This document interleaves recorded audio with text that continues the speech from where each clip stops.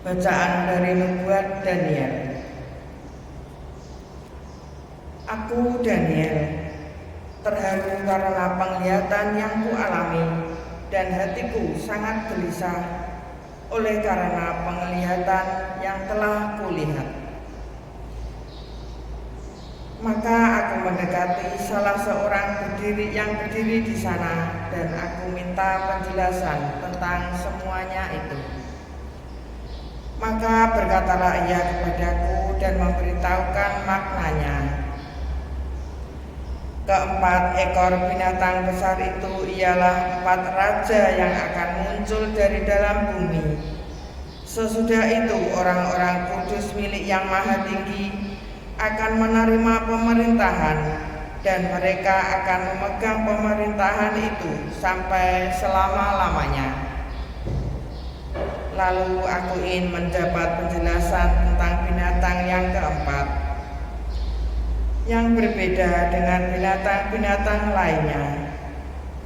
Binatang itu sangat menakutkan, bergigi besi dan berkuku tembaga. Binatang itu melahap dan meremukkan mangsanya, dan sisanya diinjak-injak dengan kakinya.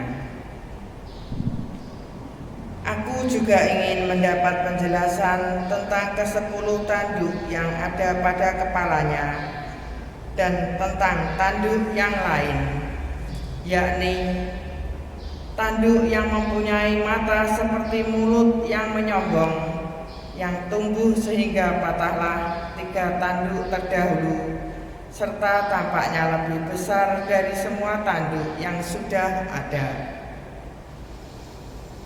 Tanduk itulah yang kulihat berperang melawan orang-orang kudus dan mengalahkan mereka, sampai yang lanjut usia datang dan keadilan diberikan kepada orang-orang kudus milik Yang Maha Tinggi. Dan datanglah waktunya orang-orang kudus itu memegang pemerintahan. Maka demikianlah katanya. Binatang yang keempat itu ialah kerajaan keempat yang akan ada di bumi, dan yang berbeda dengan segala kerajaan lain.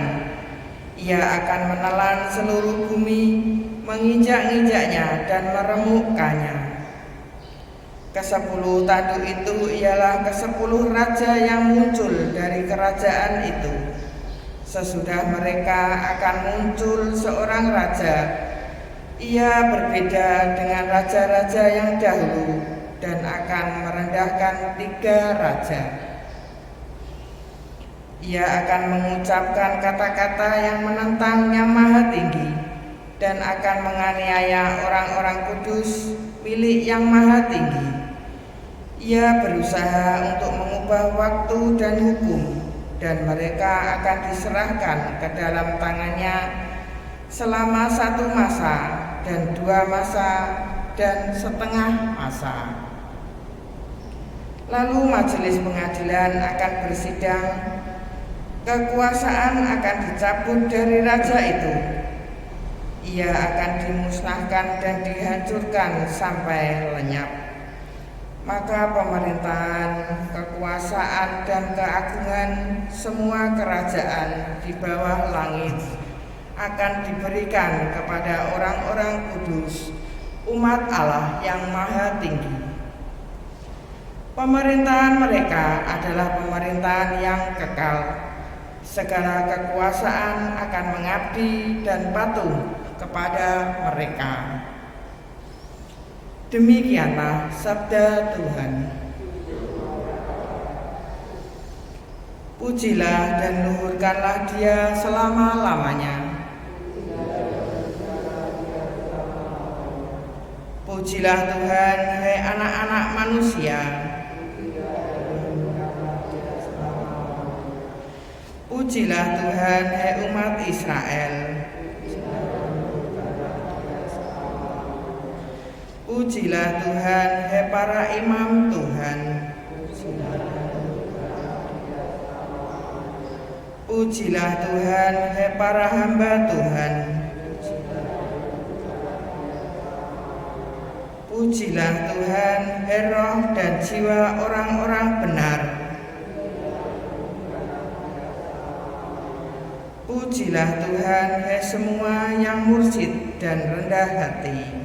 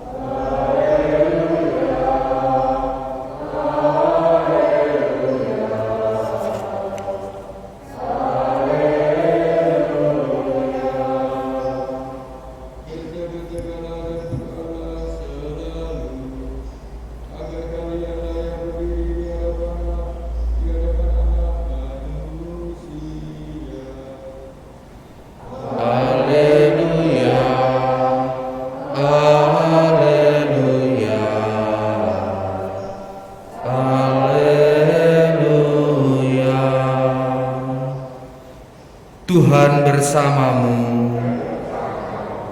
Inilah Injil Yesus Kristus menurut Lukas.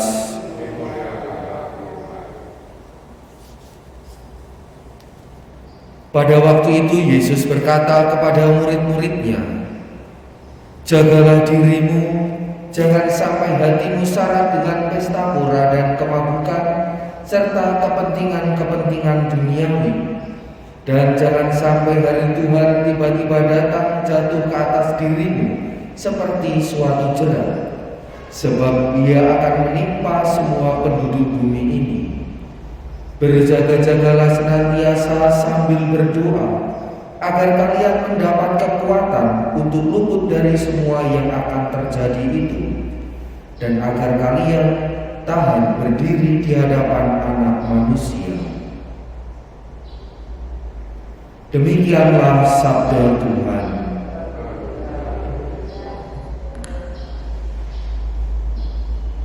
Saudara-saudari yang terkasih dalam Kristus, ada dua pesan yang ingin disampaikan oleh Yesus kepada para murid-Nya, juga kepada kita melalui Injil yang kita dengarkan hari ini.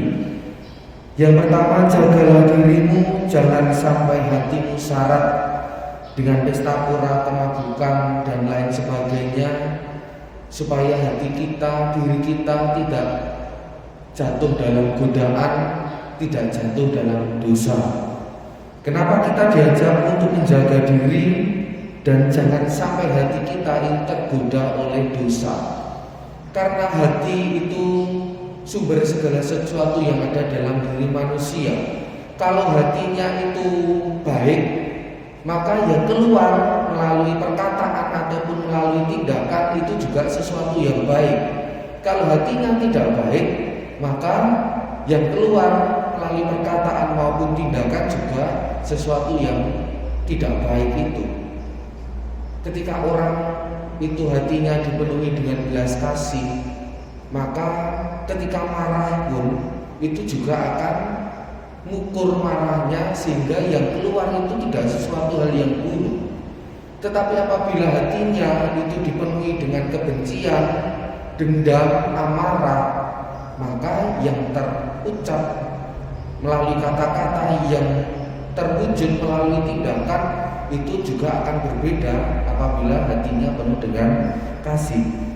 Karena Yesus tahu akan hati yang menjadi sumber dari apa yang dikatakan dan apa yang dilakukan oleh manusia, maka Yesus menasihati supaya jagalah dirimu. Karena hati manusia itu kerap kali dan banyak kali, meskipun tidak selalu, itu dipengaruhi dari apa yang ada di luar dari dirinya. Ketika ada sesuatu hal yang mengecewakan, lalu hatinya menjadi sedih, menjadi kecewa, lalu bisa dikatakan dengan suasana hatinya tidak baik. Kalau suasana hatinya tidak baik, maka yang terwujud dari wajah adalah cemberut, wajah yang kesal, wajah yang jengkel, dan lain sebagainya. Jadi kerap kali hati manusia dipengaruhi sesuatu yang berasal dari luar. Kalau ada orang yang berbuat baik kepadanya, maka hatinya menjadi senang dan muncullah senyum. Mungkin juga karena ada sesuatu hal yang menggodanya dari luar, maka muncullah perasaan atau niat untuk berbuat dosa. Kok misalkan ada sesuatu yang tergeletak, maka ada niat untuk mengambil. Atau bahkan ketika ada orang yang membutuhkan, lalu mata ini melihat, lalu hati yang penuh belas kasih ini muncullah tindakan untuk membantu. Kerap kali tindakan manusia, hati kita masih dipengaruhi apa yang ada di luar dari diri kita, apa yang kita lihat, apa yang kita dengar.